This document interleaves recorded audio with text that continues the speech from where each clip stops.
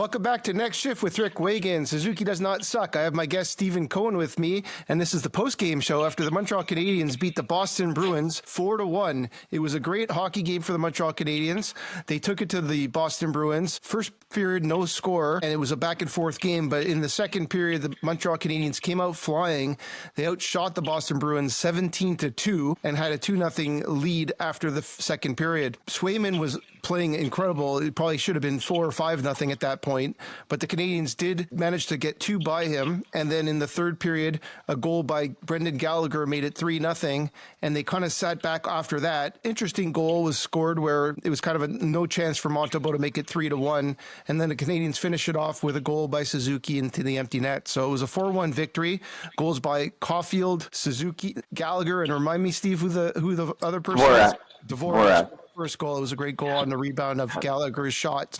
It was an awesome hockey game. I like the Canadiens basically have a switch that they turn on, and when they're on these hot streaks, they can't lose. And it's fun to watch the Canadiens play this kind of hockey. I thought all lines were playing well. There's a couple players we can talk about that may not have had their best games, but all in all, the Canadiens are playing great hockey. They're in a playoff spot, 2 points ahead of the New York Rangers. Columbus lost tonight as well, so they're falling a little bit behind. It's looking like a closer to be a 2-team race between the Rangers and the Canadiens. Ottawa did win, so they're staying 5 points ahead. The Canadiens have the Flyers on Saturday and the Nashville Predators on Sunday, back-to-back games. I believe they're in Philadelphia in one of those. I think they're in Philadelphia and then they come back. I'll have to look at the schedule. But I think they're at home. No, they're at home against Philadelphia, and then they're in Nashville. All right, so that's what it is, because I know they have to go across the border the next day, and then they come back home and they play Detroit. These are big games. The Canadiens are now at 81 points and looking like they're in a playoff spot for now. I mean, obviously the Rangers are playing a little bit better hockey. They beat the Minnesota Wild last game, and so would love your take on the game, and we can kind of talk from there. Yeah, so listen, this is the home stretch. 81 points. We have 7 points left. The Canadiens are playing awesome hockey. I think the front office, I know you're going to disagree with me on this one, but they made we were on a little losing streak, right? We lost 3 in a row. We actually lost 5 in a row with 2 overtime losses. We're kind of like in a little downward spiral. And Martin St. Louis made a critical decision to sit Xhekaj, Arbor Xhekaj, who let's, I love Xhekaj. He's an enforcer. He fights well. But in my opinion, he's the 7th best defenseman on this team. Savard is slow, but Savard blocks a lot of shots. I made a comment a couple of shows ago when I was your guest that Savard, one of the things that the Canadiens are doing that it's not a stat that you even look at, is blocking shots. And, they're getting in front of shots and they're helping the goalie out. And, a lot of those shots, back last year and the year before, they weren't doing that, and maybe they were a young team. But Savard, I think, he, in my opinion, kind of gets the edge over Xhekaj. That decision, he made it. We ended up beating Florida, then we beat Florida again. And then suddenly, we win tonight pretty convincingly against a rebuilding, it's funny to say, a rebuilding Boston team. 4-1, and the Canadiens are now on a roll again. I love the lineup. I love the decisions that the coach made in order to insert those 6 defensemen in. In addition, Xhekaj, I think sometimes he takes very, stupid penalties, like in the third period or even at the end of the second period, and those are critical at this stage of the, of the home stretch when we're trying to make the playoffs. There was one game where he didn't take a penalty, but he should have got a penalty. In fact, it probably should have been a 5-minute major and thrown out of the game, and we probably would have lost that game because of that. Luckily, the Canadiens did not get caught on that situation. But I'd love to get your take on that critical, decision in order to bring the Canadiens into the last 3-game winning streak that they're on. One more thing, I think they're playing very good defensively. 2 goals, and 1 goal. That's giving up 5 goals in the last 3 games when they were giving up 5 goals, 6 goals, playing not very good defensive hockey. What are your thoughts? Listen, we've talked about this before. I agree with you that Xhekaj's not in the top four. I think where I kind of differ from you, or let's put it this way, when Guhle got back into the lineup, somebody had to come out, and Struble was playing some great hockey, so you couldn't take him out. So it was between Xhekaj and Savard. And I think the Canadians looked at two things. One, Savard and his defensive ability in penalty killing. He's a penalty killing specialist. And two, he's a right shot. And I think bringing another right shot out of the lineup would have mean that they would have 5 defensemen with left shots and 1 defenseman with a right shot. And I think they had to make a decision, and they went with Savard instead of Xhekaj to start. And I think it's been a good decision in a sense that the Canadians are playing some good hockey. The good decision is to put Guhle in, right? And ultimately, I think the better decision he made was put Heineman on the second line, which has turned that line into a much better defensive line, and therefore they're playing less in their own end, and that's causing fewer goal chances. Because if you look at the minuses on this team, it's the Newhooks and the Laine's and the Docs that used to get a lot of minuses. Right. And having a Heineman in that position is helping. Now, what I will say is this is the first game I thought Struble didn't play very well. And if you look at who his partner is, it's Savard. He had a lot of trouble today. If you watch his game, he made a lot of mistakes, and it was his first game that he didn't play well. And the common denominator there is Savard. So what I will say is this. I wouldn't change the lineup because the Canadians are playing very well. But I wouldn't hesitate, should the Canadians fall in a game or two, to put Xhekaj in and replace him with Savard if the opportunity existed. So that's my take on that. I don't disagree with you that it was I don't say it was a bad decision. It had to be made. It was 1 or 2 guys that were going to come out, and I think they made a decision that made sense, a right shot and a penalty killing guy. But I don't think so. And blocking shots. Give him credit. He blocked shots. Yeah, he blocks shots, but so does Xhekaj. And so, by the way, Xhekaj doesn't block any shots. Xhekaj. I'd like to see that stat. I don't think I'll take a look at it, but he hits people. Right. Okay, he hits people. He hits people, but he doesn't block shots. But hitting is an important factor too. And also today, for example, Lane Hutson had 5 block shots. So people can block shots. Okay, that's a true stat. So at the end of the day, listen, the Canadians are playing well. They had to make a decision. I think the combination of the Heineman to the second line, bring Pezzetta in, who's playing solid and is on the left side of the fourth line. This was the first game, I think, since the Four Nations that the fourth line was playing well. Yeah. So I wanted to make a comment. Sorry to interrupt you, but the reason Pezzetta is playing, you brought this up. So you take Xhekaj out, right? And yes, you need somebody that's going to be able to be an enforcer. So if you're going to make the strategic move to take Xhekaj out, which I think is the right decision, I don't agree with you that I think it was just a no-brainer that Xhekaj, he's Savard is a significantly more proven and experienced player than Xhekaj, but you need an enforcer, so they had to put a guy like Pezzetta in because he needs to protect, some of our stars. I agree with you, and I think that's the reason Pezzetta's in. And you can hide Pezzetta on the fourth line easier than you can hide Xhekaj as a sixth defenseman. So that's just my take. Yeah, I mean, listen, he had 7 hits today in 7 minutes. He did not have a fight. I think he hasn't had a fight all year. I don't know if you noticed that. He's had 10 penalty minutes all year, five minors.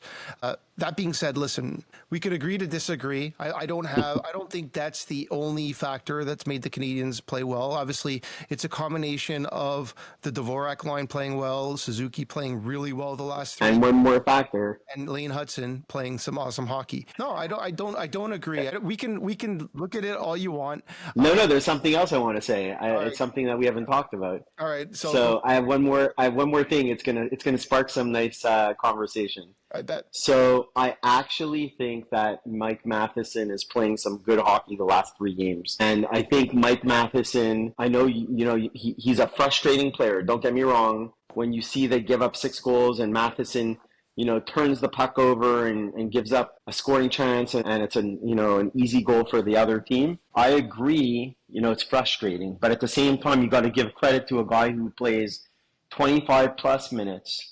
He's experienced and he's playing well the last 3 games. You got to give him credit. Even the goal, and I wanted to mention this to you, the score was 3-0. They scored a goal. They didn't challenge that goal. I know why they didn't challenge it for goalie interference. Because at that stage of the game, you lose the challenge, which was probably 60-40 that it was goalie interference. and then you give the team power play, and then suddenly they score and they're back in the game, and then anything can happen. So if I were the coach, I wouldn't have challenged as well, but that was goalie interference. If I would have challenged that, I think there's a 60 to 70% chance that goal count gets called back and the Canadiens have a shutout. So that's my take. And I'd like to get your take on Mike Matheson in the last 3 games. So the last 3 games, Mike Matheson has played very, very well. And what I'll say is this: the one goal that you're talking about, he got walked around like a pylon. Agreed.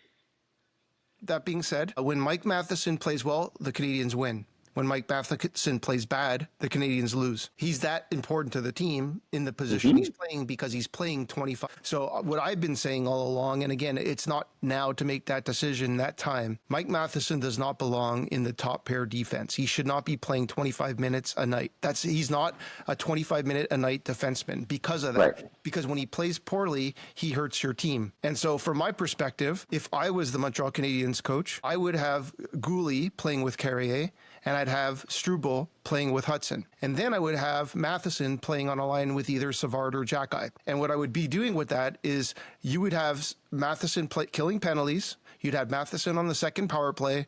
You'd had Matheson shoring up that third line pairing of the defensemen. And that's how I would play it. But considering that, listen, I've said it all along. The Montreal Canadiens when Matheson plays well, and when I say he plays well, he doesn't try to do too much. When he hasn't been trying to do too much, and it's usually when they don't fall behind. So Matheson's problem is that when the Canadiens fall behind 1 or 2 goals, he suddenly he thinks he's Bobby Orr, and he tries to make every play and every move, and that's when he makes his mistakes.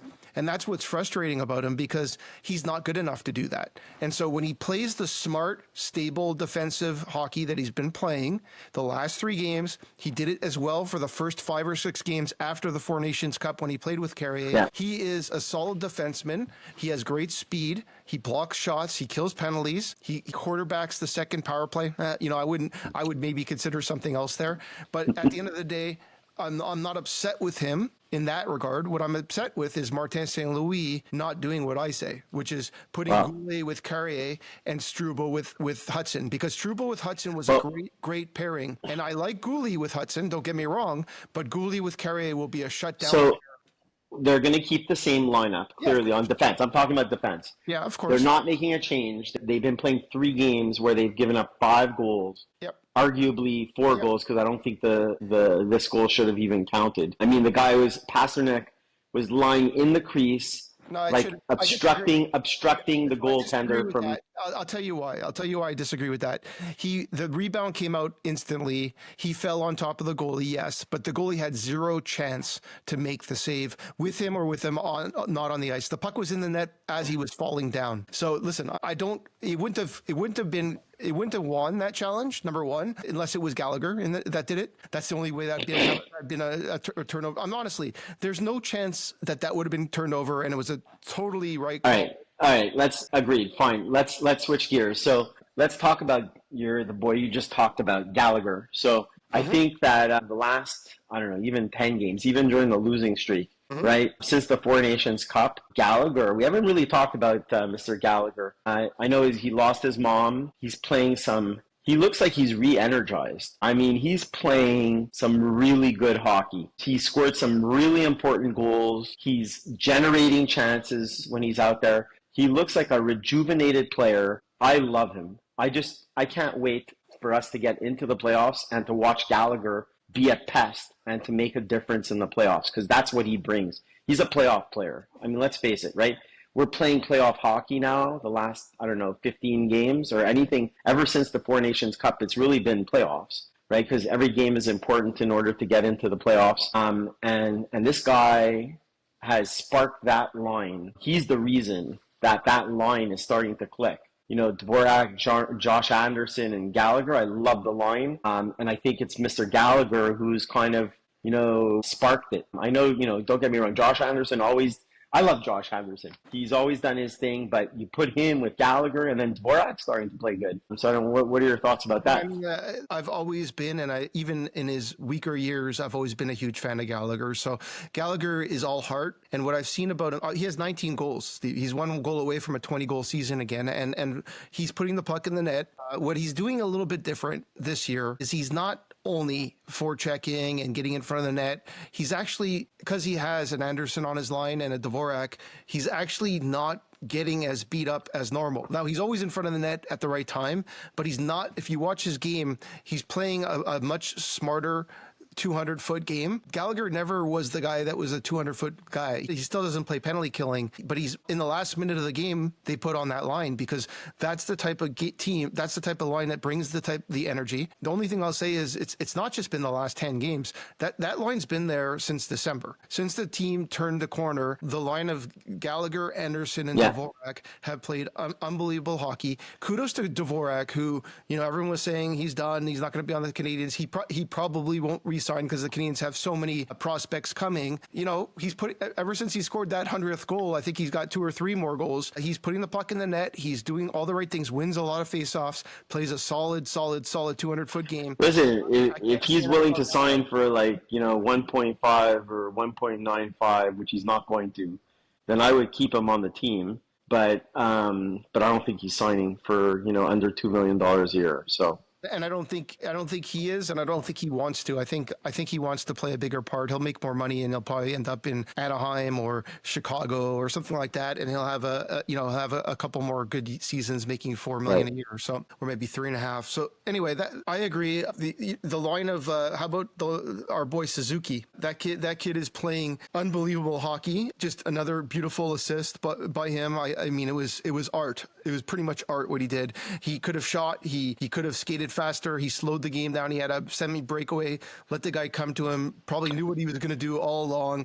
And then Caufield with the perfect finish, a beautiful goal, a beautiful play, another 2-point night. He's at 81 points, 1 point away from a guaranteed point per game. The first Montreal Canadiens since. Yeah. So listen, we have 7 games left. It's pretty much between us because Columbus lost today. I think it's between us and the Rangers. The Rangers scare me because the Rangers just find a way to win. They're experienced. They have a good goalie, and they could win 5 of their last 7 games and make a run at us. That means that we have to win 5 games. So this is not over by any stretch of the imagination. I think those 2 teams are going to start winning. So it's going to come down to, I think we really need to win the next couple of games. The other thing we need to talk about is, and I know you're going to laugh at me saying this, but I'm concerned about the back-to-back. So I'm not concerned about the next game. I think we're going to win. I think we're going to play very well. Then we have Monty's playing phenomenal hockey. He's playing great hockey. Obeys, on the other hand, has been a little bit shaky. I don't know if it's because of defense. Like last game, I wouldn't say that it was entirely his fault. A lot of those goals that he let in were not his fault. They were chances that he didn't really have a chance. But I would prefer Monte playing all 3 games, to be honest. So this is the stretch run. We need to make the playoffs. I know you're smiling that I'm saying this, but you got to go with the hot hand. My vote, and I hope we'll see how they do. But if they win, I would do this. I would play Monty on Saturday and then Monty. So it's Saturday and then Sunday, right? It's back to back. So if they win on Saturday, then maybe they're going to probably play Dobes on Sunday. But I would consider playing him both nights. What are your thoughts?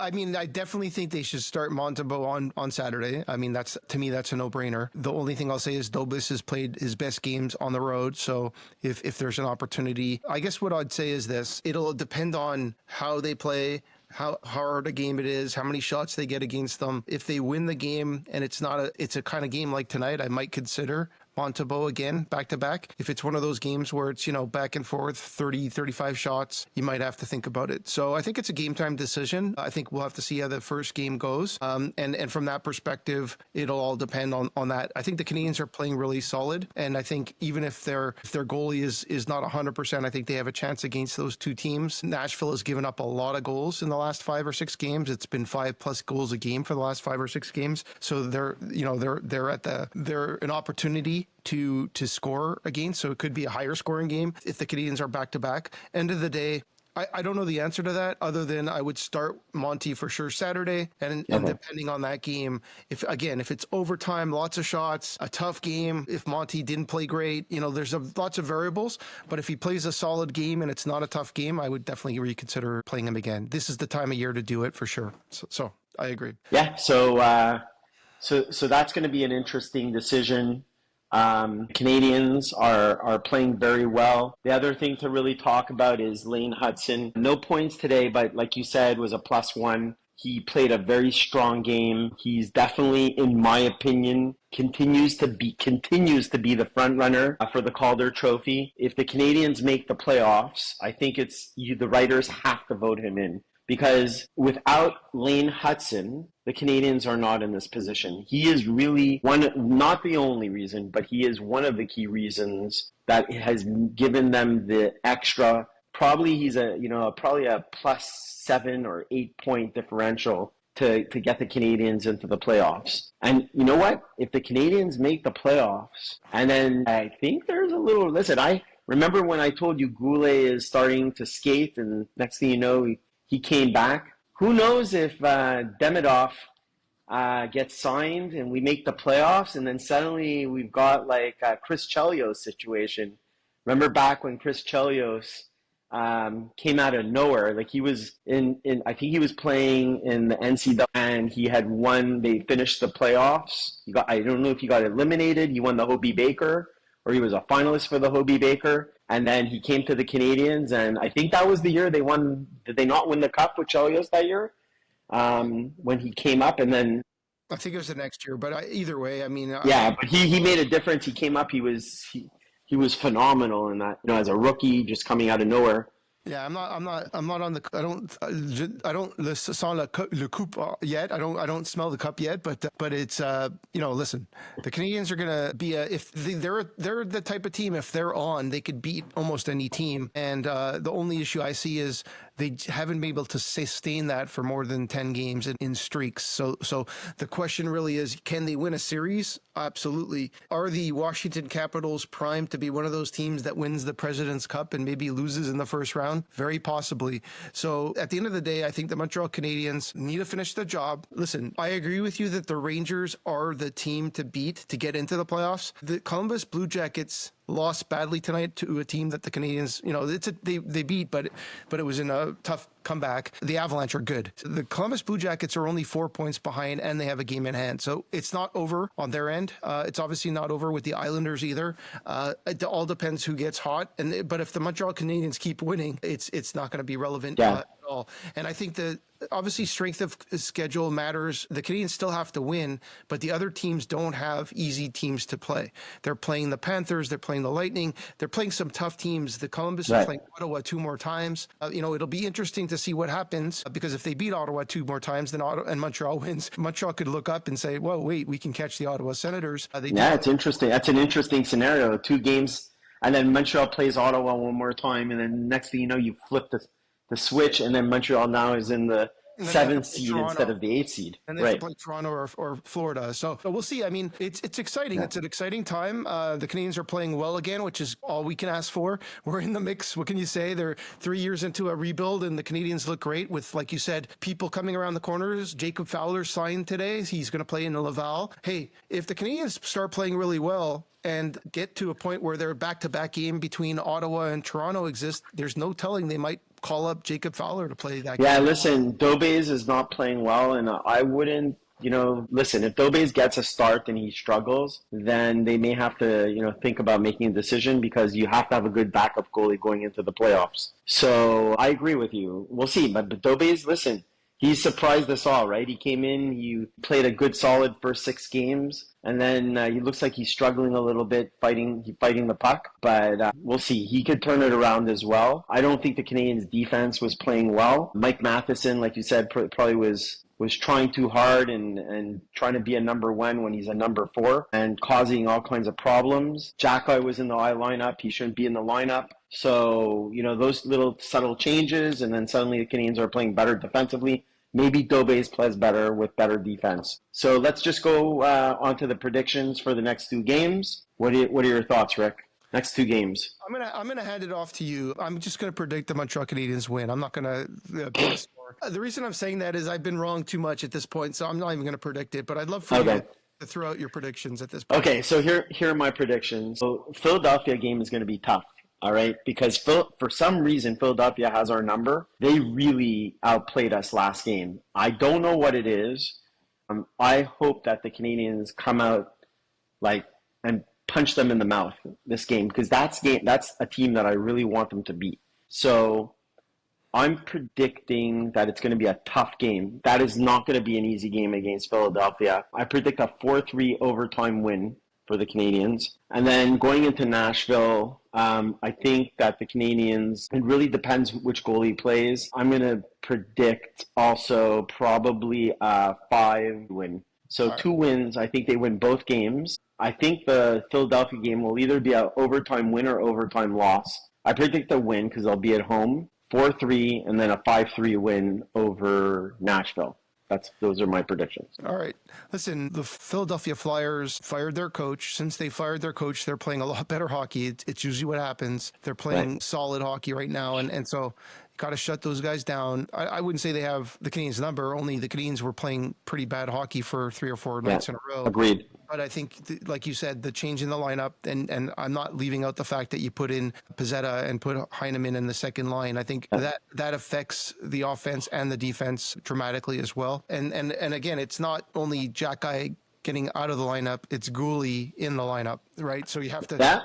Yeah, there's a big difference between those two things, right? You're putting Guhle in the lineup. It's. I think that factor is huge. And if the fourth line plays like they have been, Armia looks like he's hurting out there. It turns out he hurt his wrist a few weeks ago. He's playing with a really damaged wrist. That's probably why you haven't seen him take a shot. And he's playing.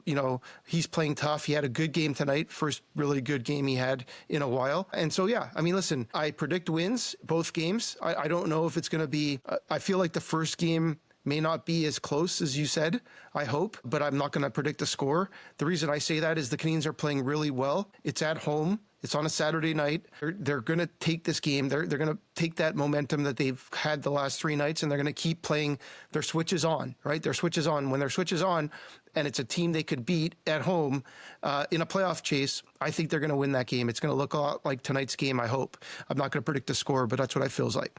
And then the Sunday game will be a high-scoring game, I think, because Nashville is very bad defensively. They have our boy Barron playing a lot of hockey, so we can go to that side and hope we beat him. He turns over the puck a lot, and then they don't have the greatest defensive hockey going right now. So I think there's going to be a lot of goals scored on Sunday. I think the first game hopefully will be a lot like tonight's game, and they'll win both games. So those are my predictions, but I'm not going to put a score on there. So we'll go from there. So looking forward to it. It's fun. That's all we can ask for. The Montreal Canadiens are in the mix. They're in a playoff spot right now with, April 3rd, with 9 days left in the calendar, is it? Or maybe a little bit more than that? Sorry, a little bit more than that. I think the playoffs start April 19th, if I'm not mistaken. So they've got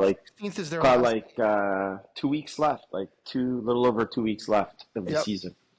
So they've got 7 games. I think the Canadiens, if they get to 91 points, that would mean they need to go 5 wins and 2 losses. That would bring them to 91 points. The Canadiens are 100% in the playoffs. If the Canadiens go 4-2-1, that would bring them at 90 points. I think there's a 90% probability that they're in the playoffs. I think if they go 4 wins and 3 losses, I think there's a 70% or 65% chance that they're in the playoffs. Once you start going anything below that, 3-3-1, and you're at 88 points or below, I think you can just roll the dice, because I think that the Rangers are going to give us a run for our money, or maybe another team, like you said, Columbus. So I think we really need to get to that, 90 points, 90 or 91 points. So, and I think we could do it. All we need to do is go 5-2 or 4-3-1. I don't think that's unrealistic. So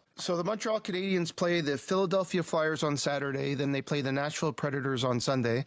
Then on Tuesday, they're home against the Detroit Red Wings. Sorry, I'm a little under the weather, so I'm saying the wrong names at this point. And then they have a back-to-back against Ottawa and Toronto on Friday night and Saturday night on the road on the 11th and 12th. And then they come back home for 2 more games against the Chicago Blackhawks and end the season against some teams that, if they play the kind of hockey they can, they should be able to win 4 of those 7 games if they play very, very solid hockey. And they've done really well against the teams in the elite teams like Toronto. And then you have to, the Rangers have to win out or go 6-1 or something like that to really take it to the Montreal Canadiens, and so do the other teams. So I think it's looking really good. The Canadiens have to keep playing this type of hockey. You know how they are. They can turn off a switch real quick, and then we can be back to those 0-4 in a row. But let's see how it goes. I love the way they're playing the last 3 games, especially tonight. I thought they played a solid game against a weaker team, which has been their downfall, in the last few weeks or months. They have no trouble getting up for the Avalanche and the Maple Leafs in Ottawa, but sometimes, they've lost some games to Chicago. They've lost some games to the Flyers, like you said. That's the type of hockey that they have to play. So looking forward to the game. Suzuki does not suck. Anything else you want to add before we go? Yeah, I just want to do a special call out. You guys will see that I'm wearing this shirt. It's PGL. This is the Palmetto Girls Lacrosse League. My daughter, Lexi Cohen, who's a senior, had her senior night tonight, and she scored a natural hat trick. Nice. A natural hat trick, 3 goals in a row, 3 goals, 2 assists. The Palmetto team won 10-3. I think it was 10-3 or 11-3. But a phenomenal effort by the Palmetto Panthers. So shout out to them, and go Habs. Go Habs go. That's it for us. That's it for Next Shift. Suzuki does not suck. Talk to you guys soon. And congrats to Lexi and her team.